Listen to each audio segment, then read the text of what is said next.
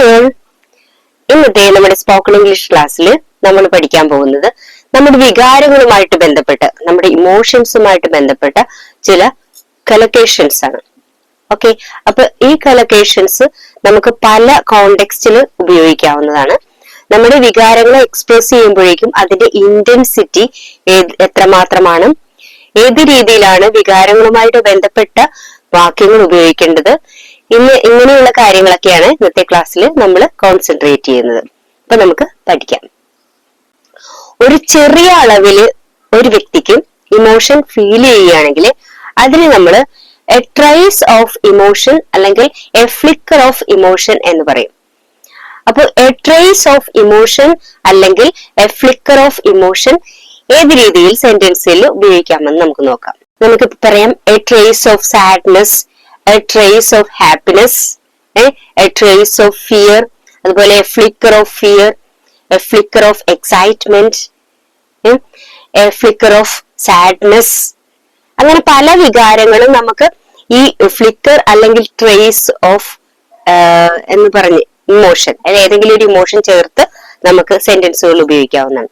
അപ്പൊ flicker of emotion, trace of emotion എന്നൊക്കെ ഉപയോഗിക്കുമ്പോഴേക്കും നമുക്ക് ആ ഫ്ലിക്കർ അല്ലെങ്കിൽ ട്രേസിന് ശേഷം ഏതെങ്കിലും ഒരു ഇമോഷൻ ഏതാണോ വ്യക്തമായിട്ട് എടുത്ത് ഫിയർ, സാഡ്നെസ്, ഹാപ്പിനെസ് അങ്ങനെ ഏതാണോ അത് ഉപയോഗിക്കാവുന്നതാണ്.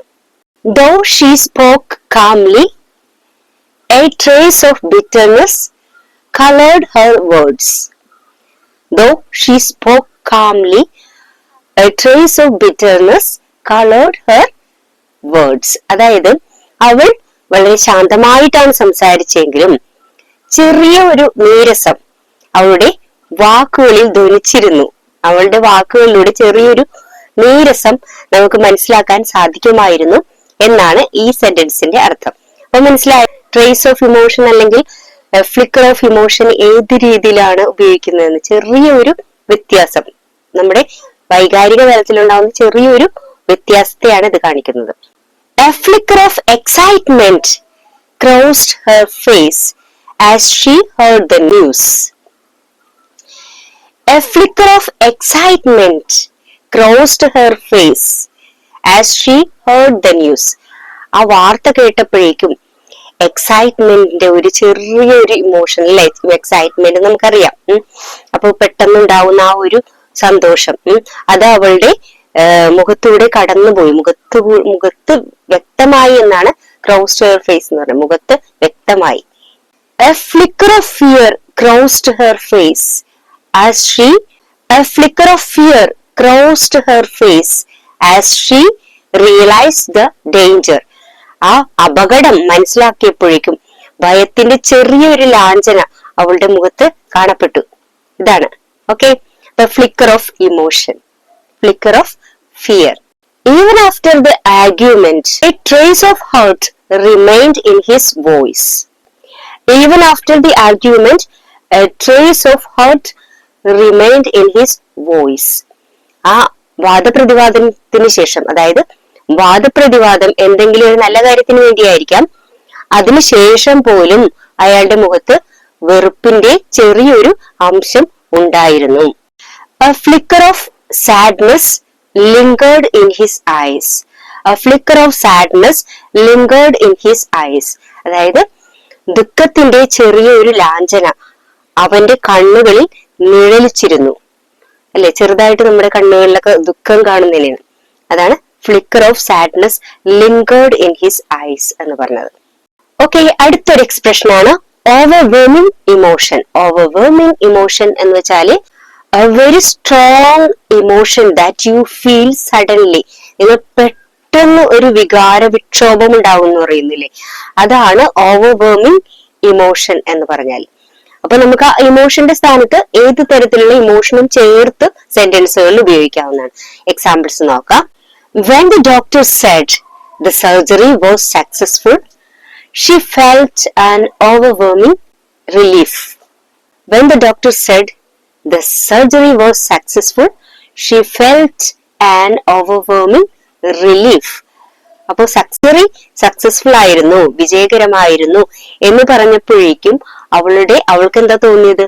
ഒരു പെട്ടെന്നൊരു ആശ്വാസം, പെട്ടെന്നൊരു ആശ്വാസം അവൾക്ക് തോന്നി. അതാണ് ഓവർവെർമിംഗ് റിലീഫ് എന്നതിലൂടെ ഉദ്ദേശിച്ചത്.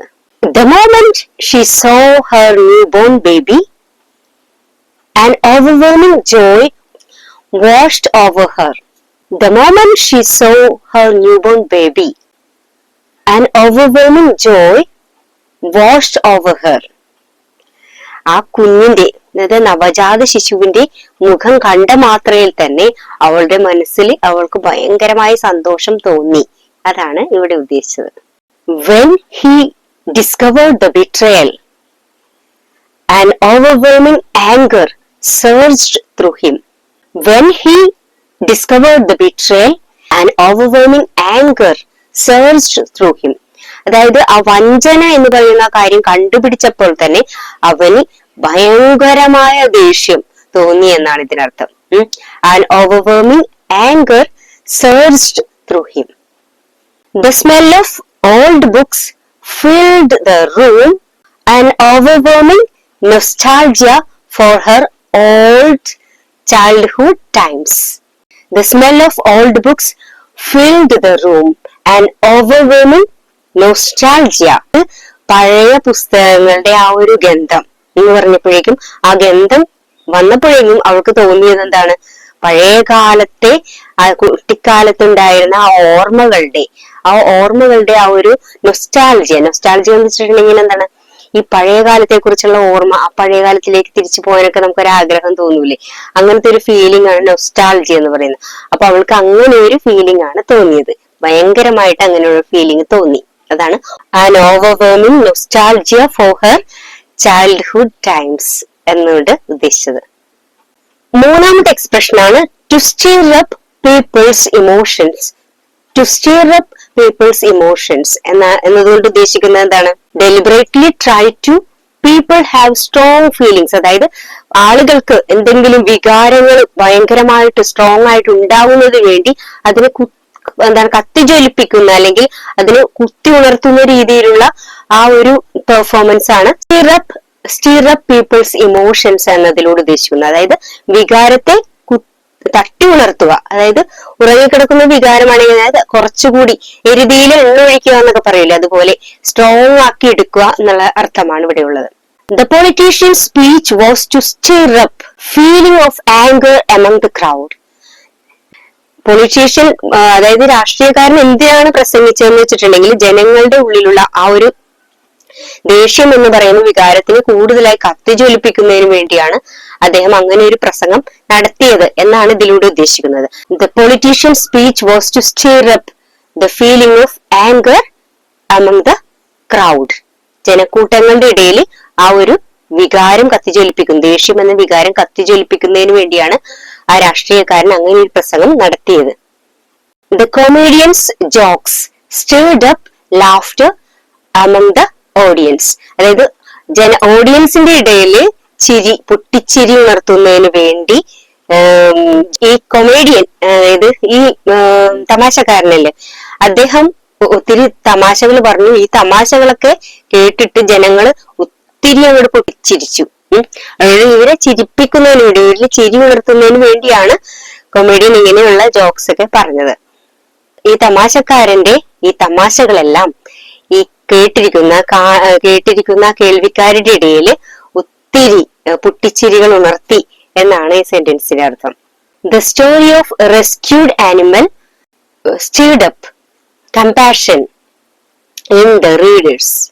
The story of rescued animal stirred up compassion in the readers. അതായത് വായനക്കാരില് ഈ രക്ഷിക്കപ്പെട്ട ഒരു ആനിമൽ, ആ ആനിമലിന്റെ ആ കഥ വായിച്ചു കഴിഞ്ഞപ്പോഴേക്കും ആ വായനക്കാരുടെ ഇടയിൽ ഏത് വികാരമാണ് കൂടുതലായിട്ടുണ്ടായത്? കമ്പാഷൻ, അതായത് അനുകമ്പ എന്ന് പറയുന്ന ആ വികാരം ഒത്തിരി ഉണ്ടായി എന്നാണ് ഇതിനർത്ഥം. അടുത്തൊരു എക്സ്പ്രഷൻ ആണ് pent up emotions.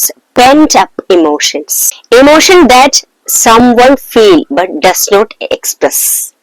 ഓക്കെ, അതായത് നമുക്കിപ്പോ ഒരു വികാരം തോന്നുന്നു, പക്ഷെ നമ്മൾ ആ വികാരം പ്രകടിപ്പിക്കാതെ ഒതുക്കി വെക്കുന്നതിനെയാണ് pent up emotions എന്ന് പറയുന്നത്. അപ്പൊ pent up emotions എങ്ങനെ സെന്റൻസുകളിൽ ഉപയോഗിക്കാമെന്ന് നോക്കാം. The artist used her work as a channel for her pent up emotions. The artist used her work as a channel for her pent up emotions. അതായത് ഈ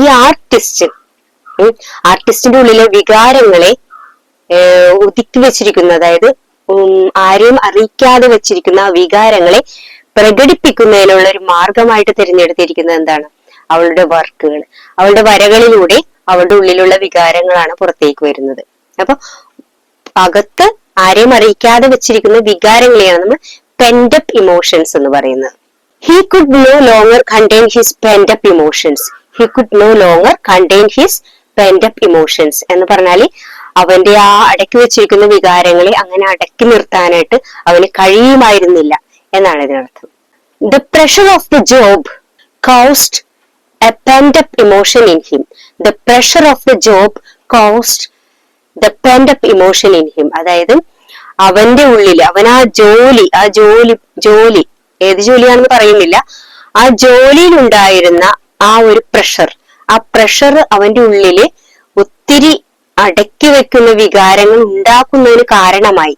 അതായത് ഇപ്പൊ ജോലി കുറച്ച് പ്രഷറൈസ്ഡ് ആയിട്ടുള്ള ജോലിയാണെങ്കിൽ അപ്പൊ ആ ജോലിയോട് നമുക്കൊരു അമർഷം തോന്നും. അപ്പൊ ആ അമർഷം പുറത്ത് കാണിക്കാതെ അത് ഉള്ളിൽ തന്നെ ഒതുക്കി വെച്ചു. അവിടെയാണ് അവന്റെ pent up emotion നമ്മൾ കാണുന്നത്.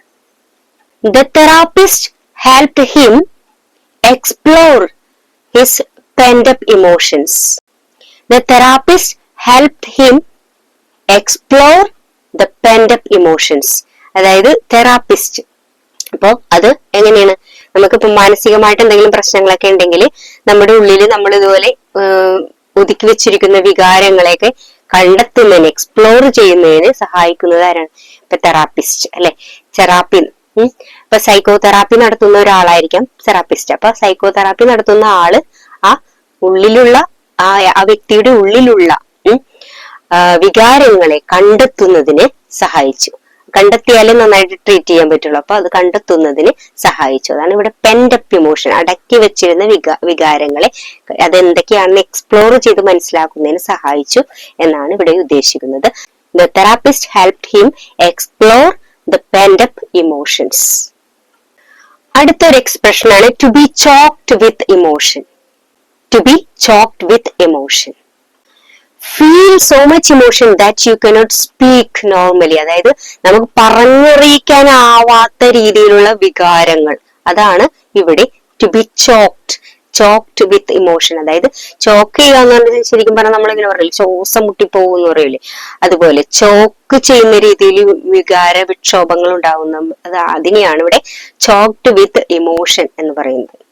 I was choked with emotion when I saw my family after many years. I was choked with emotion when I saw my family after many years. കുറേ വർഷങ്ങൾക്ക് ശേഷം എന്റെ കുടുംബത്തെ കണ്ടുമുട്ടിയപ്പോഴേക്കും ഞാൻ വികാര വിക്ഷോഭിതനായി. അതാണ് choked with emotion എന്നതിലൂടെ ഇവിടെ ഉദ്ദേശിച്ചിരിക്കുന്നത്. She was choked with emotion as she watched her daughter.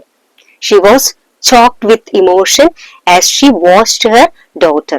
അതായത് തന്റെ മകളെ കണ്ടപ്പോഴേക്കും ആ സമയത്ത് അവൾക്ക് ഭയങ്കരമായിട്ടുള്ള ഉള്ളിൽ വികാര വിക്ഷോഭം ഉണ്ടായി എന്നാണ് ഇതിനർത്ഥം. He was choked with emotion as he listened to his favorite song. He was choked with emotion as he listened to his favorite song. അവന് പ്രിയപ്പെട്ട ഒരു ഗാനം കേട്ടപ്പോഴേക്കും അവൻ വല്ലാതെ വികാര വിക്ഷോഭിതനായി. അടുത്ത വേറൊരു എക്സ്പ്രഷൻ ആണ് റോ ഇമോഷൻ. റോ ഇമോഷൻ എന്നതിലൂടെ ഉദ്ദേശിക്കുന്നത് strong emotion that you are unable to control. നിങ്ങൾക്ക് കൺട്രോൾ ചെയ്യാൻ സാധിക്കാത്ത രീതിയിലുള്ള സ്ട്രോങ് ഇമോഷനെയാണ് എന്ത് പറയുന്നത്? Raw emotion. The scene in the movie was filled with raw emotion, leaving the audience in tears.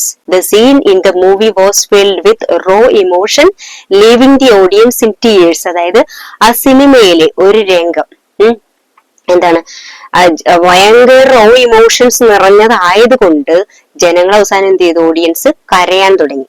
ഓഡിയൻസിനെ കണ്ണീരിൽ ആഴ്ത്തിയ ഒരു സീനായിരുന്നു അത്.